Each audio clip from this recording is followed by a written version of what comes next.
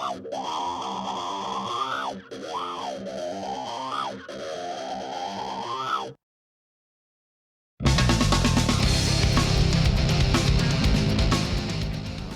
name is Chad Kruger, and I'm the singer.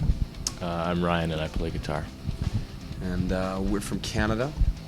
We originated in a small town of about 3,000 people, and we moved to Vancouver. We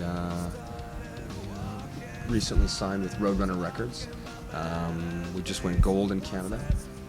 We just sold about 400,000 records in America, which means we're almost gold in America now. And now we're on a press tour of Europe, and we're going to be released in April. So hopefully we'll be able to come and play in a bar near you. They did well, I heard.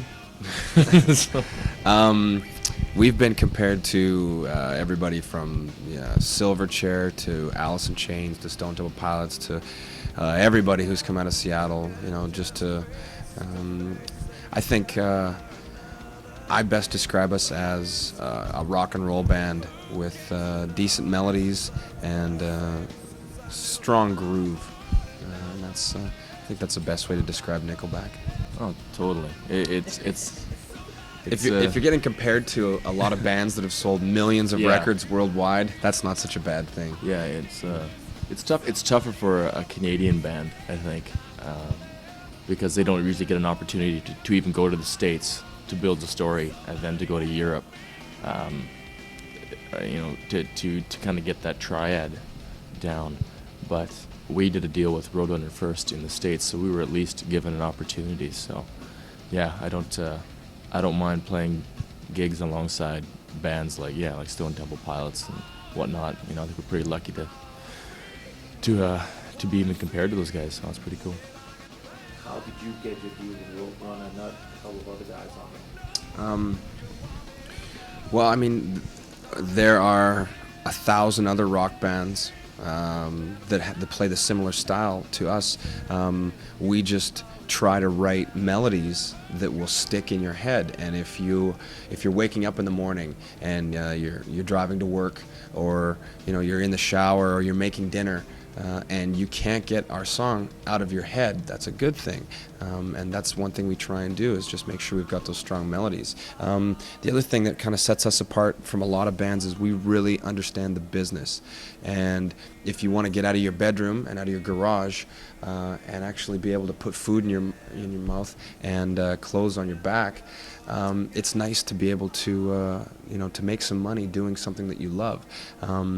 We were fortunate enough to learn a lot of tricks of the trade very early on, and one of the things that helped us get signed was to sell 10,000 copies of our own.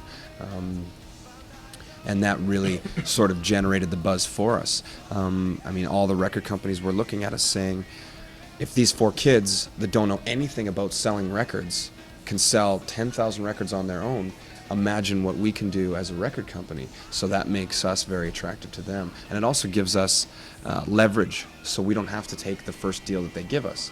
I mean, if we can make $12 a CD and sell 10,000 of them, I mean, it means that we don't really need a record company. A record company wants a piece of us, so they stand more to gain than we do. So we can go into negotiating, asking for quite a bit more, and we stand the chance of getting it. The album is out or released in North America already. Do you think you're going to get the same approval in Europe? I hope so. We hope that we're going to get a decent shot. Everybody keeps telling us that right now Europe is very techno dominated, that a lot of people are listening to techno music, and things are starting to move away from metal or any rock and roll and you name it. But I just think that there's always going to be room in the world for bands with strong melodies. And like people that come to shows, to rock shows, and kids and whatever, kids and people, they're people everywhere. They ask us the same thing in the United States. How do you think they're going to react to you compared to the Canadian audiences? The same. they like this music. They're going to like this music. I heard Metallica's big over here. Apparently, Canadians like them and Americans like them. There's a lot of different countries, obviously, and a lot of different aspects probably pushing and pulling in every country, but I think overall, if you're a music lover, you're a music lover. So, we apparently did okay in both those countries. I don't think there should be a real problem, but I hope it goes well. We heard that.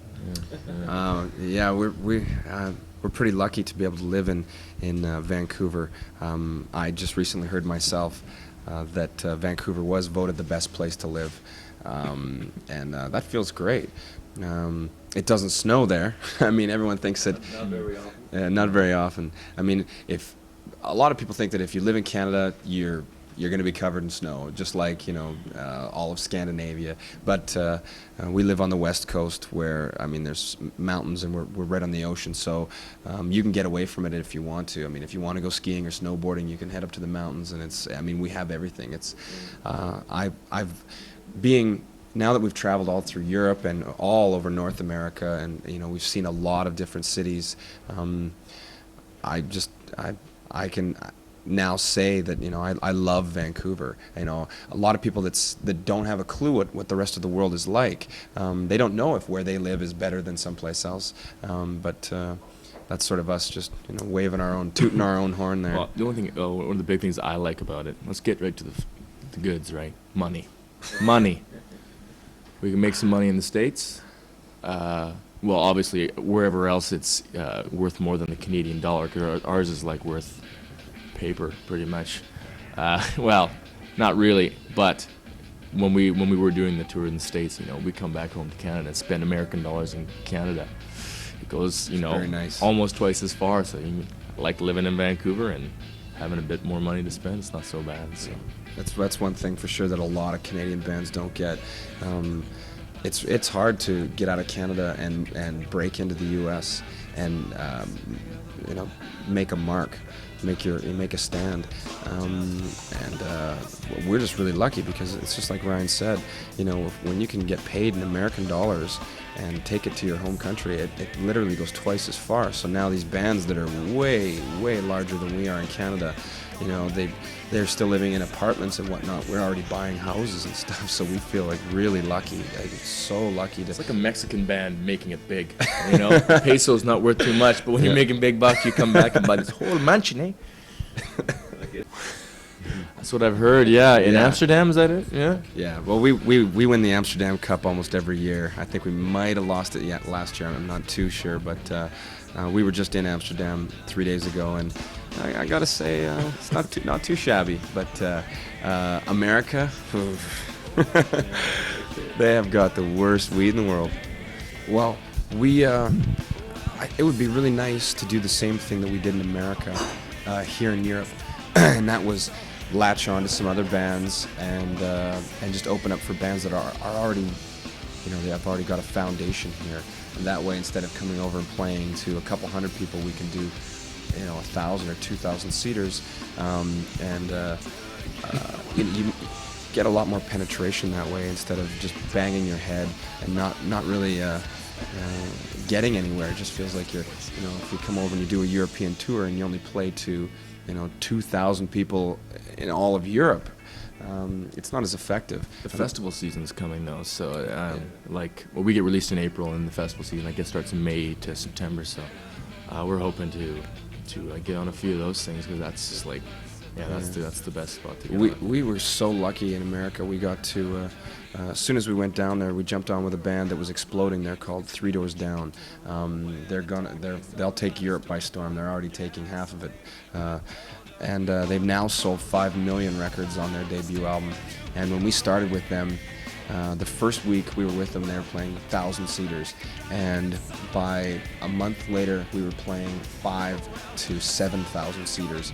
That's how fast they were growing, and I would like to attribute most of our success to them, actually, because they just continued. They just asked us back again and again and again. Hey, you guys want to do another tour? Hey, you want to do another tour? And every time it was, absolutely instant crowd every night. Instant crowd. Just the better way to go. You just have to win them over every night. Yeah. So. We did 4 tours with them. Then we jumped on with Creed, another big rock band who's sold probably 9 million records in America right now. Seven Dust. Seven Dust. Cool band. Then we did festival tours with the Deftones and Godsmack and the Stone Temple Pilots to audiences, Incubus, everywhere from 35 to 40,000 people. So if we got that lucky in Europe, you know, I'd be thanking my lucky stars. Nickelback is 4 guys, and if you happen to come and see Nickelback live, you would leave saying that's a high energy show, and I really like the songs. A lot of people say that we sound better live than we do on our disc, and I think that's the best compliment you could be paid in the world. You have to see us live. Come see us live. Thank you, guys. Thank you.